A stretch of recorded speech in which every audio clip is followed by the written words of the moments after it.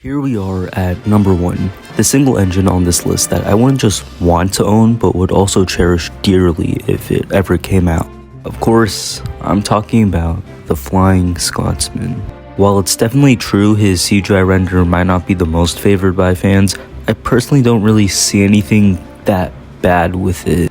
It's definitely true that his face is really chunky, his smoke deflectors are an unnecessary addition that don't look good, and the lining on his tender not matching up is somewhat of an eyesore.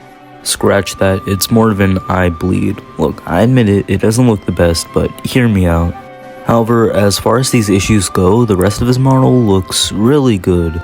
Considering the way he looks as a capsule and in his motorized release, it doesn't feel like if he were to come out in HO form, he'd be downright ugly. As far as merch goes, he's actually pretty successful.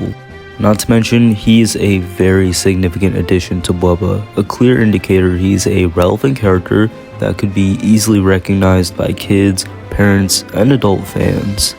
The only issues I could see Bachmann running into in terms of trying to release this model would be having to pay royalties to the National Railway Museum of York and making him worth an exorbitant amount due to the fact that he has 2 tenders. Theoretically, he could even go for upwards of $200 if he's ever released. And just knowing how greedy and shameless of a company Bachmann can be at times, that's completely in the realm of possibility. I still love him though, of course. Now, let's talk about how Bachmann would even package this item, because he has 2 tenders, something no other release before him has ever done.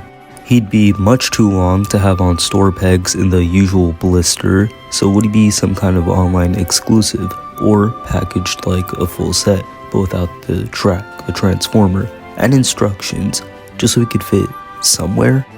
In all, it's a really complicated thought in terms of how you even adapt this guy, but a really nice concept when it comes to just thinking about an HO Flying Scotsman existing.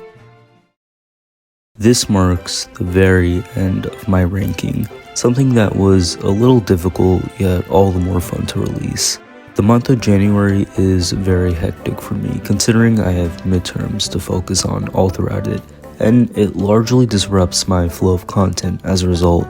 Though my plan for 2025 is to release at least 2 long-form videos like this one every month, I'm still a student at the end of the day, meaning it's my first priority to put work at the top of my to-do list. Chances are I'll do the same thing during the month of June as a result of finals. However, the year is only just